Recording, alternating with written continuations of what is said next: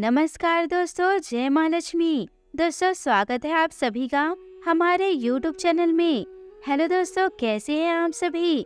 आशा करती हूँ कि आप सभी बहुत ही अच्छी होंगी और ईश्वर से प्रे करूँगी कि आप सदैव खुश रहिए।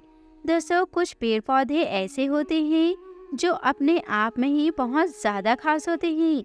ऐसे तो इस दुनिया में जितने भी पेड़ पौधे होते हैं उनकी अपनी ही कुछ खास विशेषता होती है, जिसके बारे में दोस्तों कुछ लोग ही जानते हैं। लेकिन दोस्तों, कुछ पेड़ पौधे ही ऐसे होते हैं जो धन प्राप्ति के लिए बेहद खास होते हैं। इसी प्रकार कुछ पेड़ पौधे ऐसे होते हैं जो मनोकामना पूर्ति के लिए अचूक और रामबाण बताए गए हैं। तो दोस्तों, इस वीडियो में हम आपको बताएंगे कि कुछ ऐसे पेड़ पौधे के बारे में जो मनोकामना पूर्ति के लिए इस्तेमाल किए जाते हैं। बल्कि कई पेड़ पौधे ऐसे भी होते हैं जो जीवन में चल रही हर प्रकार की परेशानियों को पूरी तरीके से समाप्त कर सकती है। दोस्तों, इस वीडियो को पूरा ध्यान से सुनकर सभी बातों को ध्यान से समझिएगा, क्योंकि दोस्तों इसमें बहुत ही ज्यादा खास जानकारी है। लेकिन उससे पहले वीडियो को लाइक करके कमेंट बॉक्स में ओम नमः शिवाय लिखकर भगवान भोलेनाथ जी को नमस्कार अवश्य कर ले। क्योंकि दोस्तों ऐसा कहा जाता है क्योंकि संपूर्ण प्रकृति का निर्माण केवल भगवान शिव जी ने ही किया है।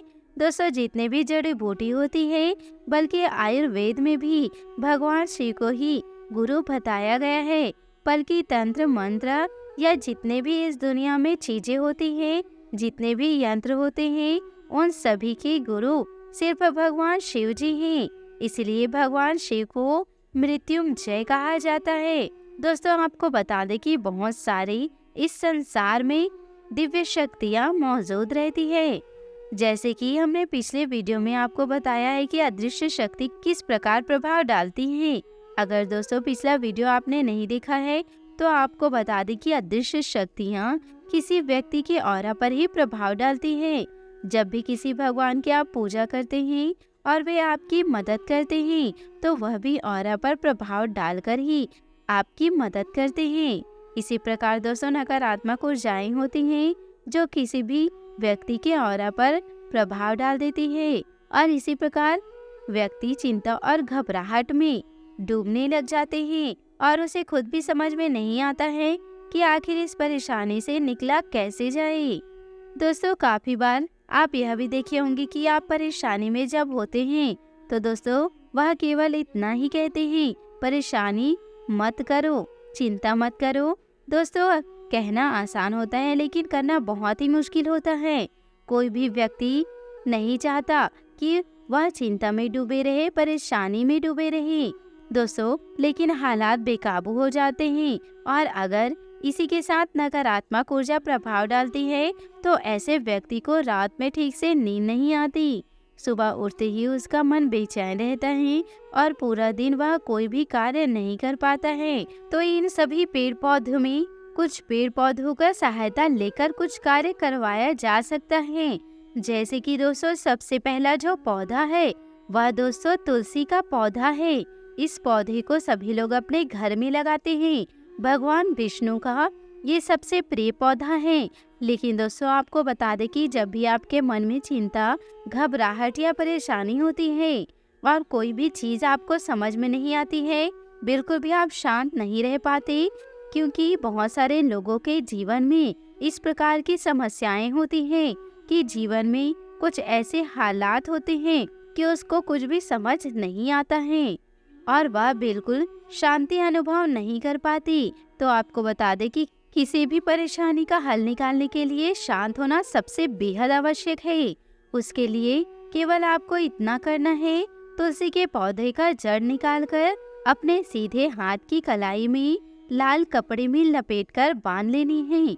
इस प्रकार 24 घंटे बांधे रखने से जो भी व्यक्ति ऐसे बांधते हैं तो दोस्तों उनका मन शांत रहता है और जिस भी परेशानी में वह फंसा हुआ होता है तो उसे दोस्तों निश्चित ही कहीं न कहीं से सही राह प्राप्त होता है। तो दोस्तों जरूर आप उसे करके देखिए। आप दोस्तों इसको करेंगे तो आपको खुद पता चल जाएगा कि कितना प्रभावशाली पौधा है। अब दोस्तों दूसरी चीज यह है कि आपके जीवन में धन की बहुत ज्यादा समस्याएं होती है, परेशानियां होती है, या विवाह में बहुत सारी अड़चनें आ रही हैं, क्योंकि काफी सारे लोग हमसे यह भी पूछते हैं कि उनके विवाह में इतनी अड़चनें आ जाते हैं कि कहीं भी बात चलाते हैं तो उनका विवाह हो ही नहीं पाता है। और किन किन लोगों के साथ तो यह भी समस्या होती है कि जिनका विवाह हो गया है वे दोस्तों विवाह करके भी खुश नहीं हैं। उनके जीवन में बहुत सारी लड़ाइयाँ झगड़े इतना ज्यादा होता है कि उन्हें खुद भी लगता है कि विवाह करके बहुत बड़ी गलती कर दी है। तो दोस्तों इन सभी समस्याओं में दोस्तों आपको केवल इतना ही करना है कि केले के पेड़ का जड़ निकालकर इसे सुखाकर हल्दी में रंगकर दोस्तों पीले कपड़े में बांधकर अपने सीधे हाथ की कलाई से बांधने से गुरु ग्रह तुरंत बलवान बनता है। अगर आपके जीवन में किस्मत साथ नहीं देती है या विवाह में अड़चनें आ रही हो या विवाह के बाद जीवन में बहुत ज्यादा लड़ाई हो रही हो तो बस इस जड़ को इस प्रकार बांधने से जिस प्रकार हमने आपको बताया है इससे गुरु ग्रह बलवान बनता है। और दोस्तों आपको यह भी बता दे कि काफी लोग ऐसे देखे होंगे कि ज्यादा कार्य भी नहीं करते और पूरा दिन सोते रहते हैं, थोड़ी देर ही कार्य करते हैं लेकिन फिर भी उनके पास धन की कोई भी समस्या नहीं होती। तो आपको बता दे कि ऐसा अक्सर उन्हीं लोगों के साथ होता है जिनका गुरु ग्रह बलवान होता है, क्योंकि यह किस्मत का ग्रह होता है। जिस व्यक्ति का गुरु ग्रह बलवान होता है तो ऐसा व्यक्ति ज्ञान से धनी होता है और दोस्तों जिसके पास ज्ञान होता है तो निश्चित वह धन को प्राप्त कर ही लेता है। तो गुरु ग्रह को और अधिक बलवान बनाने के लिए आपको केवल इतना करना है कि एक हल्दी की गांठ को अपनी बेड पर सिरहाने पर रखकर सोना है। इसे आप अपने तकिए के नीचे रख सकते हैं या फिर गद्दे के नीचे भी रख सकते हैं, जिससे दोस्तों किसी को पता भी ना चले। बस हल्दी की गांठ को अपने मस्तिष्क के सिधाई पर ही रखें।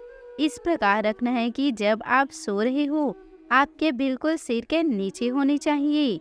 आपको बता दें कि रात में जब कोई सोता है तो उसी समय नकारात्मक शक्तियाँ सकारात्मक शक्तियाँ उस व्यक्ति के ऑरा पर प्रभाव डालती हैं। इसलिए दोस्तों सोना बहुत ही ज्यादा महत्वपूर्ण बताया गया है। क्यों सोना जरूरी होता है और इसी समय दोस्तों व्यक्ति हील करता है।